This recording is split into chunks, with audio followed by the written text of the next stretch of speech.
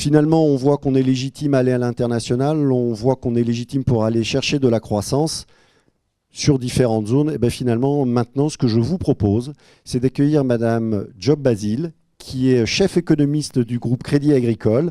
Merci de votre présence. Et en fait, maintenant, on va juste se dire que le monde est vaste. Et ben, on va essayer de regarder un petit peu quelles sont les zones qui doivent attirer notre regard le plus rapidement possible. Je vous en prie.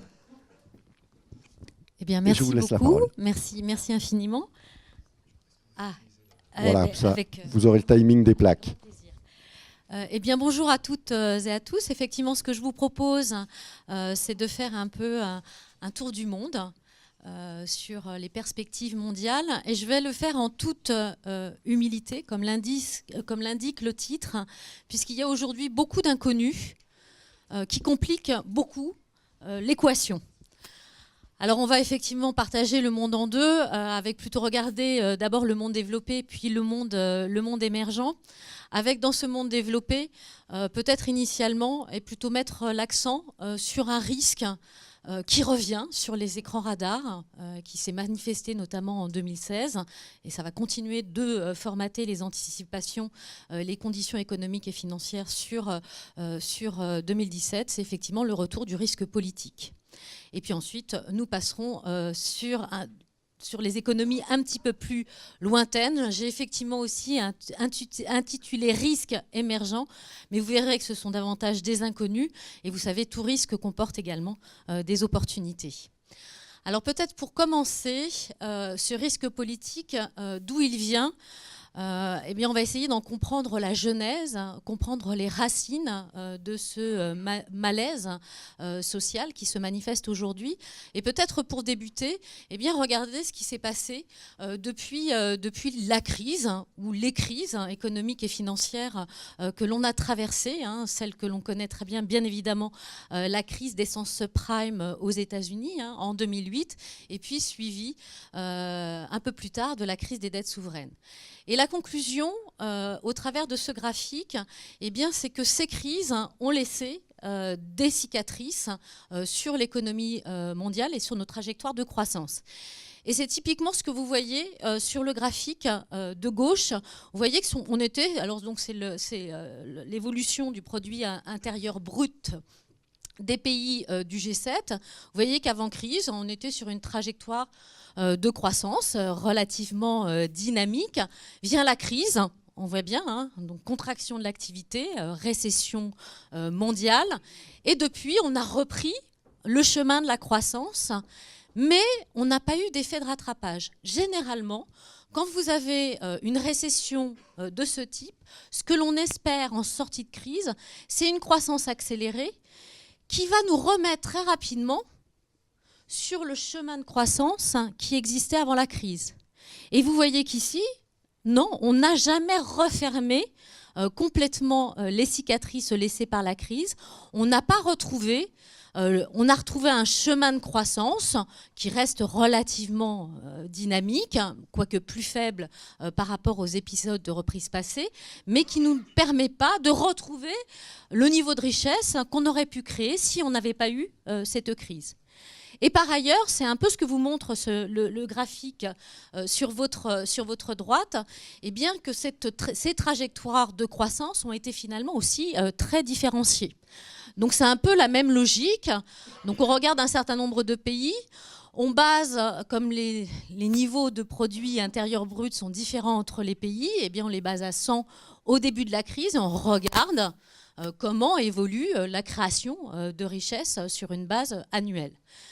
On se dit qu'on a refermé les cicatrices de la crise lorsqu'on revient à 100. C'est-à-dire que là, vous avez la partie contraction de l'activité, récession, et lorsqu'on revient à 100, on a retrouvé les niveaux de richesse produite que l'on produisait avant la crise. Alors c'est effectivement le cas, comme vous le voyez, pour les pays qu'on peut caractériser du cœur de la zone euro. Donc, notamment, vous avez l'Allemagne, vous avez la France. Vous voyez que la France a retrouvé dès 2000. Alors, c'est que, généralement, ce qu'il faudrait vraiment utiliser, c'est le PIB par tête. Donc, qui donnerait une image un tout petit peu légèrement différente, ou en tout cas on mettrait un petit peu plus de temps dans le cas de la France pour retrouver ce niveau de richesse par tête.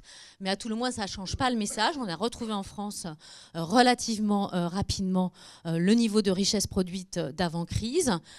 C'est le cas bien évidemment aussi des États-Unis et du Royaume-Uni, un petit peu plus tardivement. Il y a eu un retard un peu à l'allumage en termes de reprise au Royaume-Uni, mais ensuite avec un effet d'accélérateur. En revanche, vous avez un certain nombre de pays, donc qui sont situés ici, qui, comme vous le voyez, n'ont pas retrouvé à ce jour, même si on peut l'imaginer que c'est le cas aujourd'hui pour l'Espagne, mais sinon qui n'avaient pas retrouvé encore en 2015 le niveau de richesse produite avant la crise. Et vous voyez en particulier le pays qui est considéré un peu aujourd'hui comme l'homme malade de la zone euro, à savoir l'Italie. Alors peut-être pour comparer, puisqu'on compare cette crise avec la crise des années 30, qu'est-ce qui s'était passé dans les années 30 ?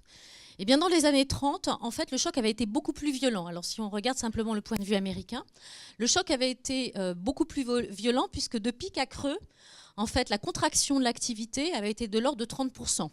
Là où vous voyez, les pays qui ont souffert de la crise, c'est plutôt autour de 10-12% de cette contraction de l'activité, sauf bien évidemment le cas de la Grèce, où on peut parler de dépression économique, puisqu'on a une contraction de l'activité d'à peu près un quart. Mais dans le cas de la crise de 29, eh bien, on avait mis 7 ans à retrouver les niveaux de richesse d'avant-crise. Donc autrement dit, si on regarde en termes de durée, eh bien, cette crise apparaît plus grave que la crise des années 30 pour un certain nombre de pays, puisque vous voyez, au terme de 7-8 ans, et malheureusement, si on prolongeait le trait, on pourrait se dire presque une décennie, eh bien, il y a des pays qui n'ont pas retrouvé les niveaux de richesse produites avant la crise et donc qui ont des stigmates.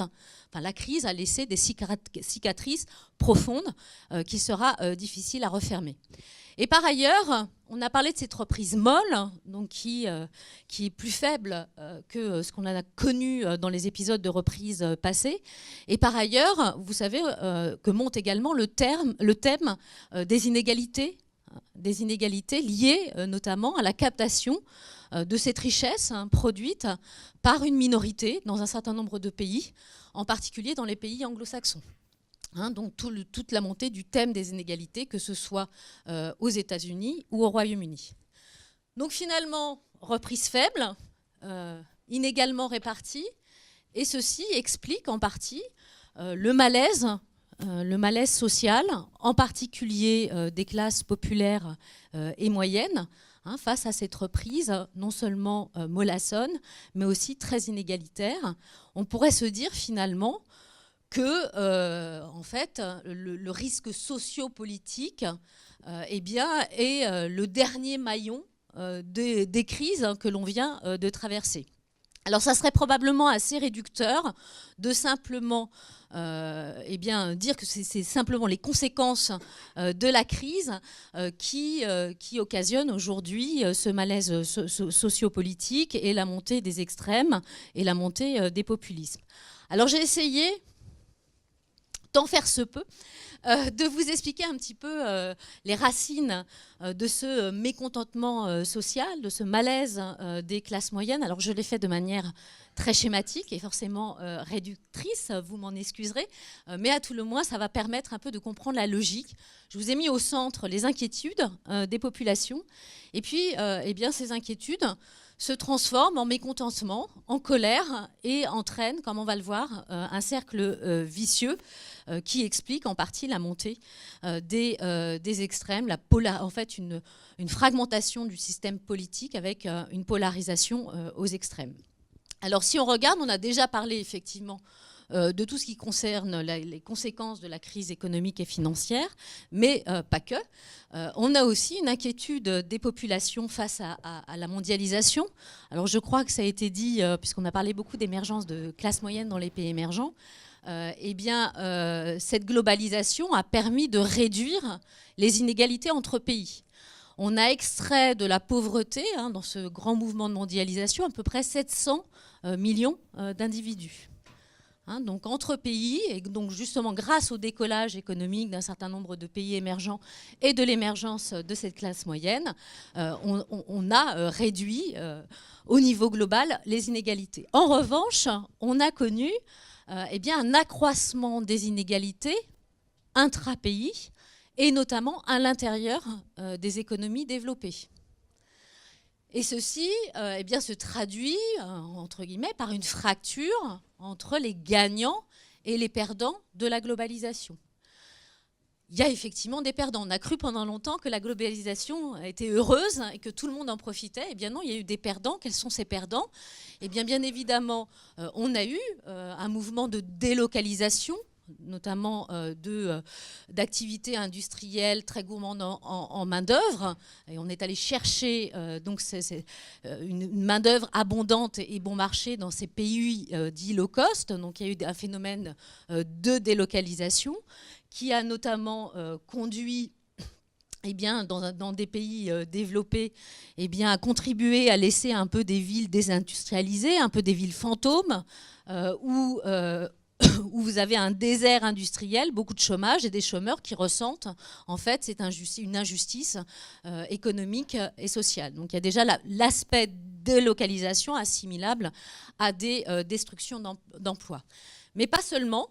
On a aussi en fait les salaires des basses qualifications qui ont été mis sous pression du fait de cet arbitrage salarial global, puisqu'on peut effectivement aujourd'hui localiser son activité où ça paraît le plus rentable, économiquement parlant. Et donc ça a probablement pesé sur le salaire des salariés peu qualifiés, et notamment des classes moyennes ou populaires, et notamment dans le cas des États-Unis, on a eu une stagnation du salaire médian, y compris d'ailleurs du salaire moyen, qui a entraîné aussi une forme de mécontentement ou de frustration de la part de ces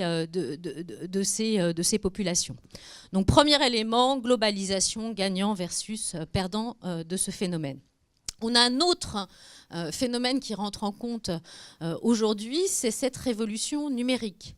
Et en fait, cette révolution numérique, elle inquiète, elle est très rapide, elle fait perdre un peu les repères et elle va tellement vite que c'est quand même très difficile pour les individus de s'adapter, d'aller à la même vitesse avec un certain nombre de craintes et notamment la crainte d'un chômage technologique de masse. Pourquoi? Eh bien, vous avez eu pas mal d'études qui ont relayé l'idée que cette révolution numérique, avec la robotisation, avec la numérisation, l'arrivée de l'intelligence artificielle et donc des machines qui sont de plus en plus intelligentes et en plus apprenantes. Autrefois, les robots ils remplaçaient les tâches répétitives dans l'industrie, mais aujourd'hui, avec l'intelligence artificielle, cette révolution s'attaque aussi à des emplois à contenu intellectuel et qui étaient normalement dévolus à l'humain et notamment aux classes moyennes. Et donc il y a un certain nombre d'études, notamment celle d'Oxford, qui est largement citée, qui concerne les États-Unis, qui vous indique qu'à peu près 47% des emplois seraient aujourd'hui menacés aux États-Unis du fait de cette révolution numérique.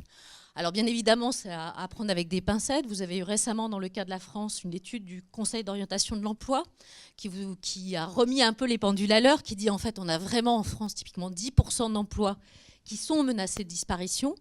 En revanche, il est vrai qu'on a à peu près un emploi sur deux qui va se transformer au cours des prochaines années du fait de cette révolution numérique. D'où ça instille quand même de l'inquiétude dans la mesure où ce qu'on voit disparaître en termes d'emploi, ce sont des emplois intermédiaires qui étaient, comme je le disais, plutôt dévolus aux classes moyennes. Par ailleurs, il y a un autre phénomène qui rentre en jeu, c'est que cette révolution numérique change la nature du travail. On voit émerger d'autres formes de travail qui sont en dehors du salariat traditionnel, auto-entrepreneur, indépendant, etc., avec cette idée qu'on développe quand même des formes de travail qui sont beaucoup plus précaires, puisqu'elles sont généralement avec des horaires flexibles et des rémunérations flexibles, donc un sentiment aussi de précarisation du marché du travail. Et donc tout ceci, comme je le disais, alimente un certain nombre d'angoisses au niveau des classes moyennes, donc globalisation, révolution numérique. Et puis, bien évidemment, on ne peut pas terminer sans parler, notamment sur l'Europe, de cette crise des migrants qui cristallise aussi un certain nombre d'angoisses des populations, notamment, par exemple, pour les moins qualifiés, qui ont la crainte d'être mis en concurrence avec cette main-d'œuvre étrangère bon marché, enfin qui pourrait être bon marché. On sait également que ça met sous pression les régimes de redistribution qui sont déjà sous tension compte tenu que pas mal de pays européens se retrouvent dans une situation de finances publiques plutôt exsangue. Et donc tout ceci remet en cause, en tout cas met sous pression les États-providence, sans compter le fait qu'aujourd'hui, on ne vit plus le côté multiculturel ou la diversité comme une richesse, mais plutôt comme une atteinte ou un risque quant à notre identité.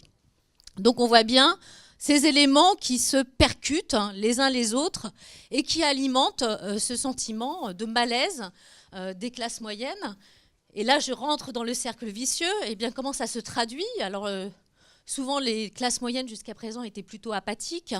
Elles manifestaient plutôt leur mécontentement au travers de l'abstention, au niveau des votes, parce qu'elles s'étaient mises en rupture avec les élites, des élites qui ne répondaient plus donc à leurs attentes, à leurs angoisses, et qui ne répondaient pas en fait au grand désarroi que ressentent une partie de ces classes moyennes et populaires, et en quelque sorte ce qui délégitime l'action publique, les gouvernements et les États, avec le sentiment que le meilleur moyen de répondre à ces angoisses, c'est de se replier sur soi-même, de se protéger, donc avec un phénomène de repli identitaire, de montée des tentations protectionnistes. Je pense qu'aujourd'hui, ça résonne pas mal, ce message par rapport à ce que l'on vit au jour le jour.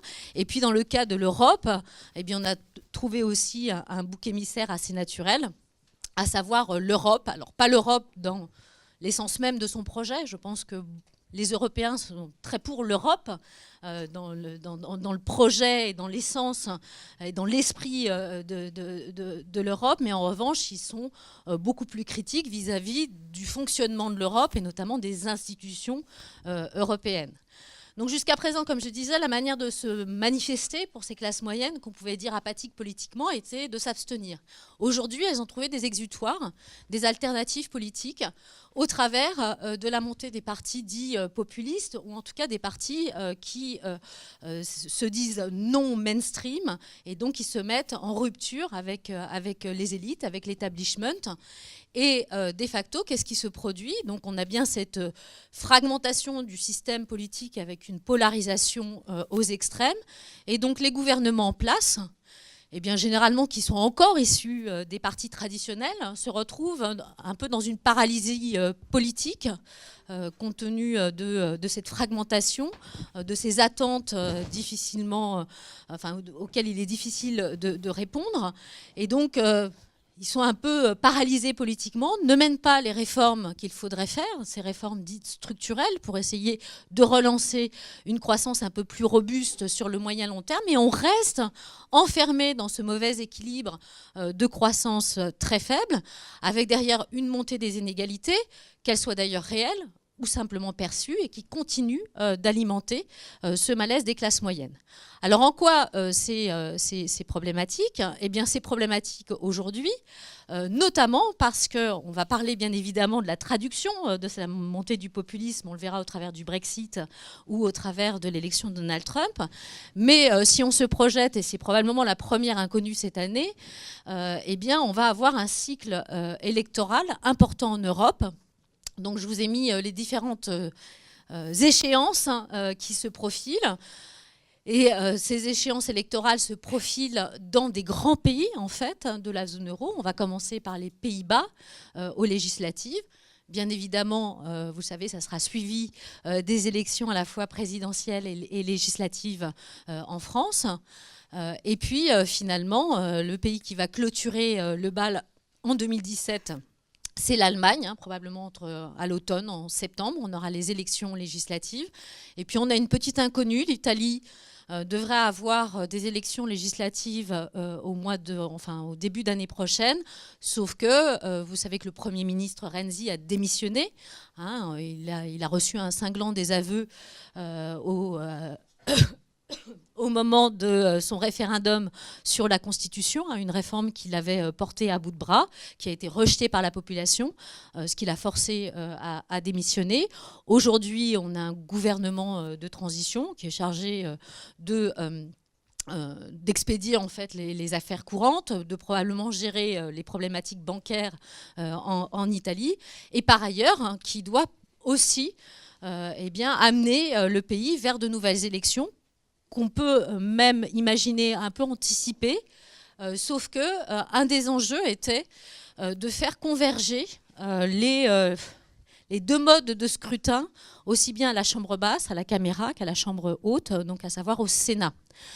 Et donc aujourd'hui, on a un scrutin aujourd'hui qui est proportionnel à 2 tours avec une prime de majorité du côté de la Caméra. Et le Sénat, c'est essentiellement de la proportionnelle, ce qui pourrait conduire à des majorités différentes dans les 2 chambres, qui ont les mêmes pouvoirs, et donc conduire à l'ingouvernabilité de l'Italie.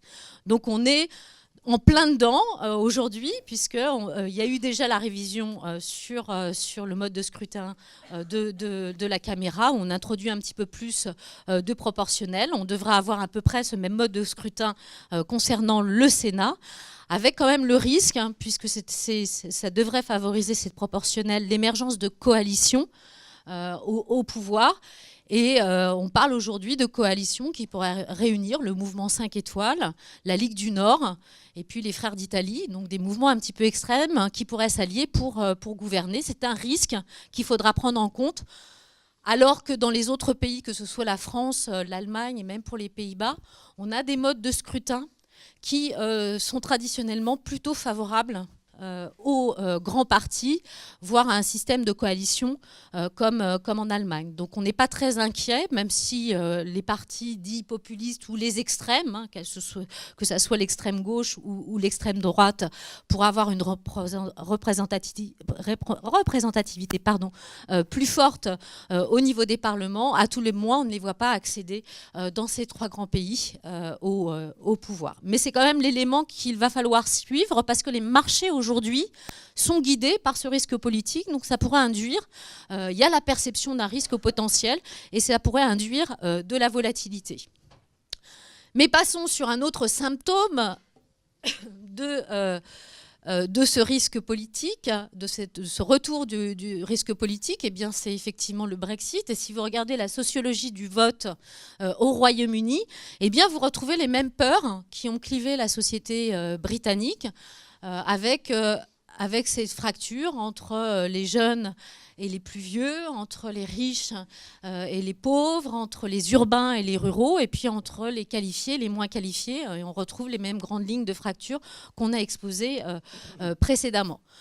Néanmoins, comme vous le savez, eh bien, ce qu'a dit la première ministre britannique, c'est que Brexit means Brexit. Hein, donc, bien évidemment, on va rentrer dans des négociations avec l'enclenchement de la procédure de divorce qui devrait intervenir d'ici la fin du premier trimestre 2017.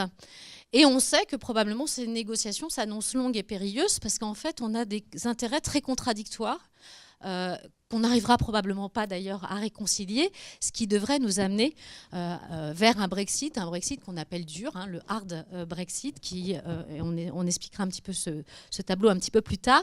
Mais en fait, quelle est cette équation difficile à résoudre? Alors déjà, à l'intérieur même du Royaume-Uni, il y avait quand même cette difficile équation entre les intérêts économiques, qui plaident plutôt en faveur d'un accès large au marché unique, et en particulier au marché des services et des services financiers, hein, où le Royaume-Uni a un réel avantage comparatif. Et puis, donner des gages aux électeurs qui avaient exprimé de manière très claire qu'ils souhaitaient, qu'ils souhaitaient voir juguler l'immigration européenne et retrouver notamment aussi une forme de souveraineté pour tout ce qui concernait la gestion du pays, notamment en termes législatifs. Donc on voyait bien que déjà à l'intérieur des Royaumes-Unis, on avait une forme de contradiction, des intérêts contradictoires à essayer de concilier. Et en fait, on ne les a pas conciliés. Ce que nous a dit, je crois, il y a quelques jours, Theresa May, donc la ministre britannique, eh bien, c'est qu'elle préférait en priorité, enfin que le pays avait décidé en priorité de donner des gages aux électeurs, autrement dit, de mettre un frein et de limiter la libre circulation des personnes, quitte à quitter le marché unique, quitte à quitter l'union douanière. Donc c'est typiquement ce qui vous est montré ici. C'est que, eh bien, ce que nous, quand on est membre de l'Union, lorsqu'on est membre de l'Union européenne, qu'on fait partie de ce marché unique, eh bien, il y a 4 libertés fondamentales qui doivent être remplies, à savoir la libre circulation des biens, la libre circulation des services, la libre circulation des capitaux et la libre circulation des personnes. Donc, et ça, bien évidemment, que l'Europe ne voulait absolument pas revenir sur l'une de ces 4 libertés fondamentales. Et on voit bien sur ce graphique que lorsque vous n'avez pas de libre circulation des personnes, eh bien, vous n'avez pas accès, bien évidemment, à ce marché unique. Le mieux qu'on puisse avoir dans cette configuration de Brexit un peu plus dur, c'est un accord de libre-échange de type, vous voyez, canadien, où certes, ils n'ont pas accès au marché unique, mais ils ont quand même accès au marché des biens en franchise de douane. Donc en fait, il y a un accord de libre-échange sur le marché des biens. Et par ailleurs, ils ont un accès partiel aux services, au marché des services et aux services financiers en particulier. Donc on va probablement devoir négocier pied à pied, puisque ce que souhaite en fait Theresa May, enfin les intérêts britanniques aujourd'hui tels qu'ils se manifestent, c'est donc limiter la libre circulation des personnes et essayer d'élaborer un nouvel accord, un accord un peu sur mesure, avec les pays européens, d'où des négociations qui se feront secteur par secteur et qui ne se feront pas que dans l'intérêt du Royaume-Uni. Bien évidemment que les Européens, s'ils restent soudés, eh bien, devraient avoir leur mot à dire pour effectivement avoir un accord qui soit équitable. Mais c'est quand même aussi un événement.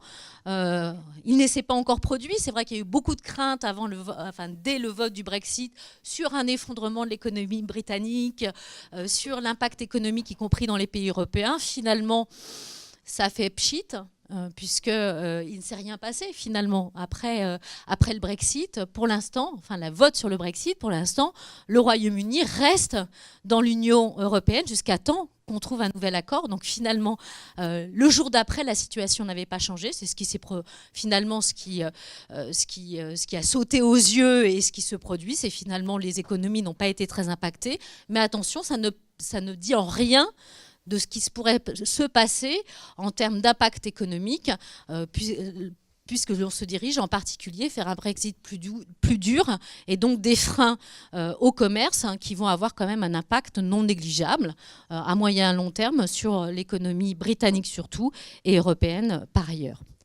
Et puis dernier élément, bien évidemment cette troisième inconnue, le monde selon Donald Trump. Pareil, pour un peu rebondir sur ce risque politique et les lignes de fracture, ce qui a fait basculer le vote aux États-Unis, vous savez, c'est tous les électeurs de la ceinture de la rouille, la Rust Belt, avec la ville de Détroit, qui est un peu symbolique, avec effectivement des régions qui ont fortement souffert de la crise, mais aussi de ce mouvement de mondialisation, et qui votaient traditionnellement démocrates et qui ont voté lors des dernières élections pour le candidat Trump, avec, vous le savez, un certain nombre de promesses et de postures de positions assez violentes sur un certain nombre de sujets. Donc c'est un petit peu ce que je vous ai marqué ici, un peu les mesures emblématiques du candidat Trump, donc des mesures de nature protectionniste, avec la renégociation des accords de libre-échange, que ce soit l'ALENA, que ce soit le traité de Transpacifique. D'ailleurs, en l'occurrence, il ne sera pas ratifié par les États-Unis. Et puis aussi cette idée qu'on pourrait mettre des tarifs punitifs sur les exportations chinoises, voire mexicaines, Bien évidemment, vous connaissez aussi la construction d'un mur à la frontière mexicaine, payé par les Mexicains, avec au passage une expulsion de millions de travailleurs illégaux. Et puis un programme économique qui est un programme de relance avec des baisses d'impôts massives et une politique de grands travaux. Donc ça, c'est les promesses. Je passe le côté un peu politique ou géopolitique. Mais donc les promesses du candidat Trump. Et initialement, les marchés, les investisseurs étaient très inquiets en fait des propositions. Enfin, s'inquiétaient beaucoup de l'élection de Donald Trump. Et puis finalement, quand il a été élu, il y a une espèce d'enthousiasme. Il n'a échappé à personne que les bourses se sont mises à monter, voire à battre des records. On est un petit peu dans un mouvement un peu exubérant, on pourrait dire exubérance irrationnelle peut-être, des marchés.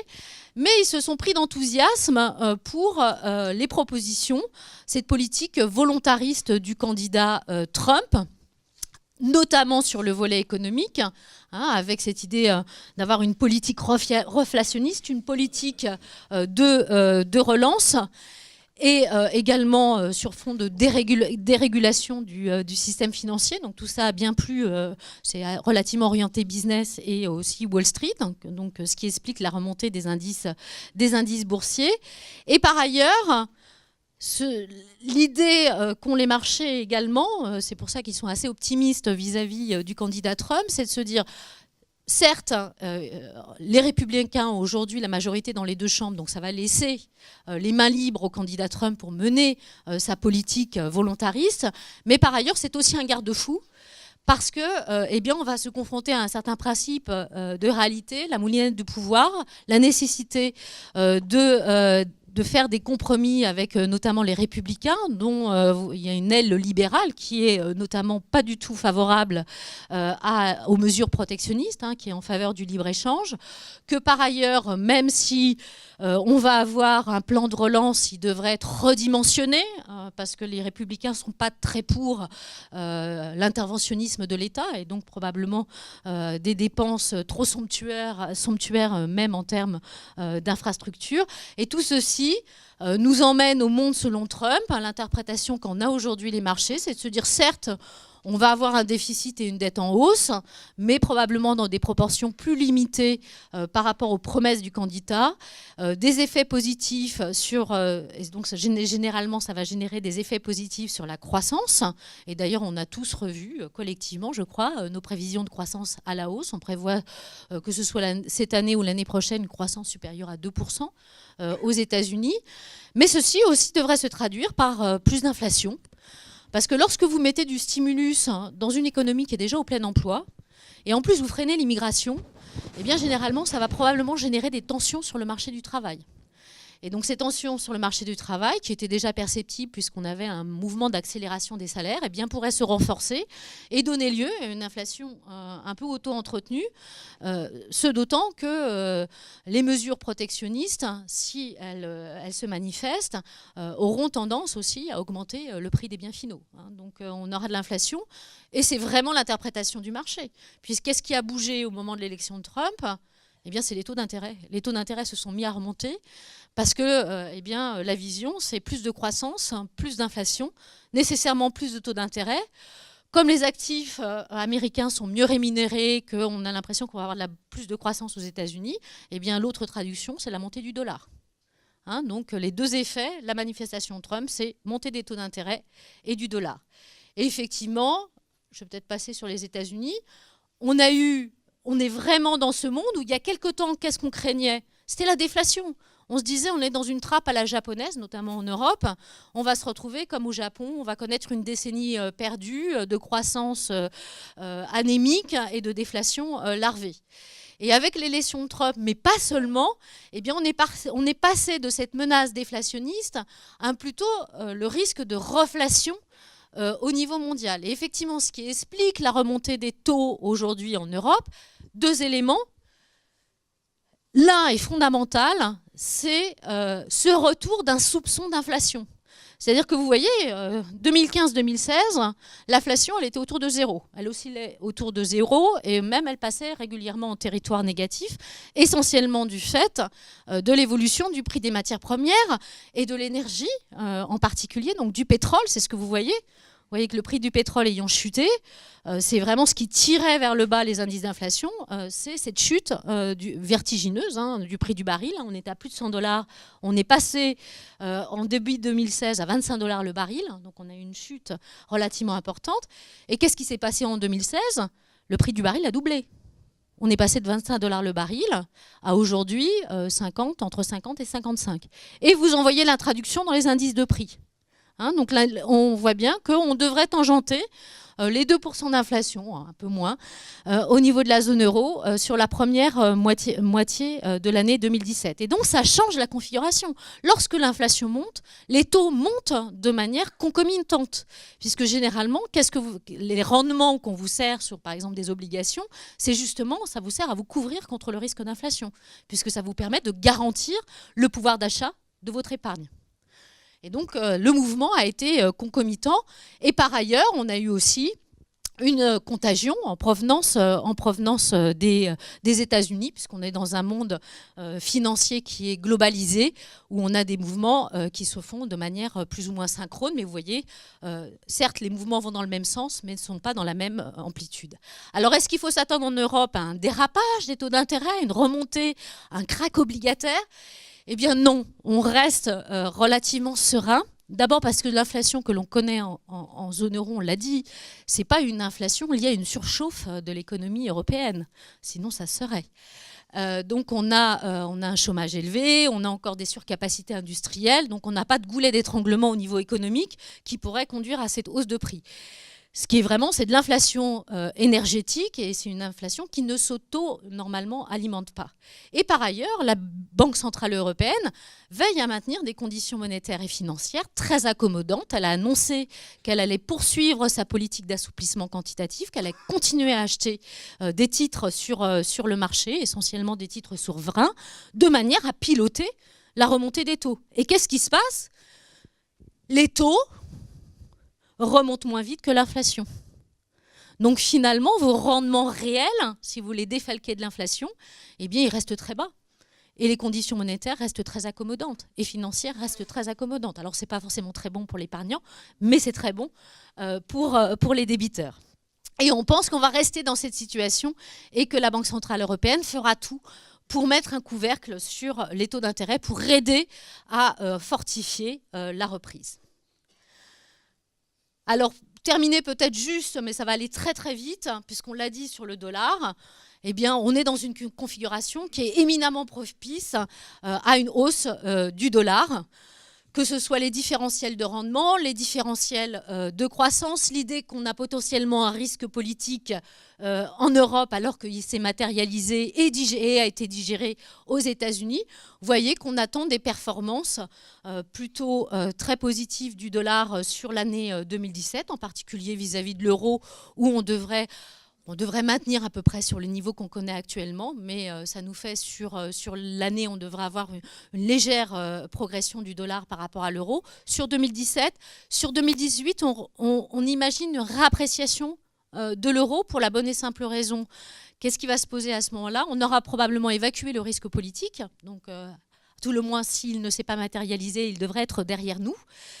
On devrait aussi se poser à ce moment-là la question, ou les marchés vont se poser la question de la sortie de la politique accommodante de la Banque centrale européenne. Elle a dit qu'elle serait accommodante jusqu'à fin 2017. Question mark, qu'est-ce qui se passera après ? Et donc les marchés vont commencer à anticiper, alors même qu'ils ont déjà anticipé ce qui va se passer aux États-Unis, puisqu'on est dans une phase de normalisation monétaire. Et tout ceci devrait être plutôt favorable à l'euro, mais sur 2018. Donc mouvement plutôt 2017. L'euro baisse un petit peu, assez légèrement, et puis on le voit remonter sur l'année 2018. Mais globalement, c'est la force du dollar contre toute monnaie. Sur les pays émergents, rapidement, bon, ce que vous voyez, c'est cette idée que les pays émergents, on anticipe une légère reprise de la croissance des pays émergents cette année. L'année 2016 avait été particulièrement, 2015-2016 avait été particulièrement difficile pour les pays émergents. fin de la manne chinoise ou de la manne des matières premières, tout ceci étant lié. Donc la Chine qui jouait plus son rôle de traction, et puis la fin du super cycle des matières premières qui avait effectivement eu des effets très négatifs sur un certain nombre de pays émergents. Aujourd'hui, à la faveur d'une reprise des prix du pétrole et des matières premières en général, eh bien, ça devrait profiter à l'ensemble de la sphère émergente et puis un environnement conjoncturel un petit peu plus porteur. Mais à tout le moins, on ne va pas retrouver les rythmes de croissance qu'on connaissait dans le passé. Et le rattrapage vis-à-vis des pays développés se fait toujours, mais sur des rythmes plus ralentis. En fait, on a normalisé les rythmes de croissance sur fond un peu d'assainissement de ces économies. Alors les inconnus. La première inconnue, eh bien, c'est est-ce qu'il faut parier sur le retour de la manne pétrolière ou celle des matières premières? Alors oui, puisqu'on a dit que le prix du baril avait jusqu'à présent doublé, mais vous savez que ce qui a permis ces derniers temps de consolider cette hausse, c'est l'accord qui a été noué entre les pays membres de l'OPEP et 10 pays d'ailleurs qui ne sont pas membres de l'OPEP pour plafonner la production. Et le risque est probablement celui qui se produit souvent dans le cas de ces accords, d'une absence de discipline de pays aux intérêts divergents. Lorsque le prix commence à monter, eh bien, généralement, les pays se remettent à produire. Et puis, il y a une inconnue aussi dans cette équation, c'est qu'est-ce qui se passera du côté américain. Du côté américain, la production aujourd'hui est déclinante. Elle est déclinante parce qu'elle devenait peu rentable à ce niveau de prix. Si les prix se remettent à remonter, il y a la question de savoir est-ce que la production américaine ne va pas être relancée dans un environnement où vous savez que Donald Trump aimerait bien relancer la révolution du pétrole de schiste. Donc il y a quand même deux inconnus, mais finalement, vous voyez, dans nos prévisions, on s'attend à une remontée lente des prix du pétrole. J'en ai encore pour 1 minute ? On peut prendre encore 5 minutes. 5 minutes. Donc une remontée lente du prix du baril qui va profiter bien évidemment aux pays producteurs de pétrole et de matières premières en général. Donc je vous ai mis ici, alors hors pays du Golfe, parce que ça semblait tellement évident qu'ils exportent essentiellement des matières premières et du pétrole. Donc je vous ai mis les autres pays. Vous voyez bien que les pays qui vont profiter de cette manne, eh bien, on retrouve en premier chef le Brésil et la Russie, qui avaient fortement souffert en termes de croissance ces dernières années, ce qui nous permet de prévoir une lente sortie de récession dans ces deux pays au cours de l'année 2017. Mais quoi qu'il en soit, dans tous les pays, y compris les pays du Golfe, même si ça va mieux à la faveur de cette reprise, il faut bien voir qu'en niveau, les prix restent bas. Donc ça ne dédouane pas ces pays de faire des ajustements et d'assainir notamment leurs finances publiques. Donc on aura toujours un frein venant de cette nécessité des ajustements budgétaires, compte tenu du fait que les niveaux de prix n'ont pas retrouvé la fortune d'antan lorsqu'on était dans ce super cycle à la hausse des matières premières. Deuxième inconnu, eh bien, on en a parlé tout à l'heure. Qu'est-ce qui va se passer finalement sur le dollar, sur les taux, et qu'est-ce que va faire la Fed? Il y a un risque. On a dit que la Fed, comme la croissance est plutôt pas mauvaise aux États-Unis, on a dit 2%, on est au plein emploi, c'est normal que la Réserve fédérale américaine normalise sa politique monétaire. Donc elle est dans une phase de remontée progressive des taux d'intérêt. Si ça dérape au niveau de l'inflation, elle va accélérer le mouvement. Et le risque, dans ce cas-là, c'est d'avoir une réappréciation brutale du couple risque-rendement au niveau mondial. C'est-à-dire que si les actifs américains viennent plus rentables, on a souvent une bascule, un mouvement de balancier des capitaux vers ces titres sûrs qui apportent une meilleure rémunération. Et c'est vraiment problématique pour les pays émergents qui ont besoin de la manne des capitaux étrangers pour se financer, pour financer leur déficit extérieur, pour refinancer leur dette, essentiellement la dette à court terme, et par ailleurs pour bien évidemment aussi rembourser intérêts et principal sur leur dette à moyen long terme. Et donc c'est un peu cette idée que vous avez sur ce graphique, ce sont ces économies qui sont potentiellement vulnérables à des retraits de capitaux massifs. ce qu'on a connu, hein, les capitaux circulent très librement et donc on peut avoir des mouvements de balancier assez violents. On l'a connu à l'époque de Bernanke qui avait annoncé le retrait progressif de la politique d'assouplissement quantitatif, ce qui avait conduit à ce qu'on a appelé à l'époque un temper tantrum au niveau des États-Unis et des reflux de capitaux qui se retiraient des pays émergents, hein, considérés comme risqués. Alors ceux qui sont risqués, alors c'est vrai vous voyez que c'est les Émirats. Les Émirats arabes unis, ils ont quand même beaucoup de besoins de financement externe, sauf que c'est un pays qui nous ne pose pas d'inquiétude puisque c'est en plein investissement, des investissements quelquefois un peu pharaoniques, on doit le dire, mais à tout le moins qui sont très bien financés à l'intérieur de la zone moyen-orientale, donc peu d'inquiétude. En revanche, vous avez beaucoup plus d'inquiétude sur la Turquie. Hein, sur la Turquie, où on a déjà vu la livre turque qui est sous forte pression. Elle pourrait rester sous pression, surtout qu'il y a des fragilités économiques et politiques, bien évidemment, en Turquie. On voit bien aussi la livre égyptienne qui pourrait être sous tension. L'Argentine, dans une moindre mesure. La Malaisie, on est moins inquiet sur la Pologne, parce que pareil, fondamentaux économiques plutôt sains. Donc un pays qui a plutôt des facilités à se refinancer. Donc, par contre, des inquiétudes aussi sur l'Afrique du Sud. Donc on dirait que vraiment les candidats aujourd'hui à connaître de la volatilité sur leur monnaie, voire des pressions baissières, je dirais qu'au premier chef, on retrouve la Turquie, l'Afrique du Sud. Et dans une moindre mesure, parce qu'il y a des perceptions de fragilité économique, le Brésil et bien évidemment le Mexique, puisqu'on verra qu'il y a une autre problématique concernant le Mexique. Donc c'est probablement sur ces marchés, il faut rester attentif sur l'évolution des monnaies. La troisième inconnue, bien évidemment, on en a parlé tout à l'heure, c'est ces mesures protectionnistes potentiellement qui pourraient se mettre en place aux États-Unis, hein, avec le rétablissement de barrières douanières. Et eh bien, on a cherché à voir les pays qui pourraient être les plus vulnérables, justement, à ce protectionnisme américain. Et donc, vous avez les exportations vers les États-Unis en pourcentage du PIB. Hein. Plus vous êtes élevé, plus vous exportez vers les États-Unis. Et puis aussi, eh bien, la richesse, l'excédent que vous dégagez vis-à-vis des États-Unis. Et donc, les pays qui sont les plus à risque sont ici en rouge. Alors, dans le graphique, on n'arrivait même pas à mettre le Mexique, parce que sinon, ça écrasait tout le reste du graphique. Vous voyez que le Mexique, les exportations vers les États-Unis, ça représente 9% de leur produit intérieur brut. Et c'est la balance commerciale, et donc l'excédent vis-à-vis des États-Unis en représente 27.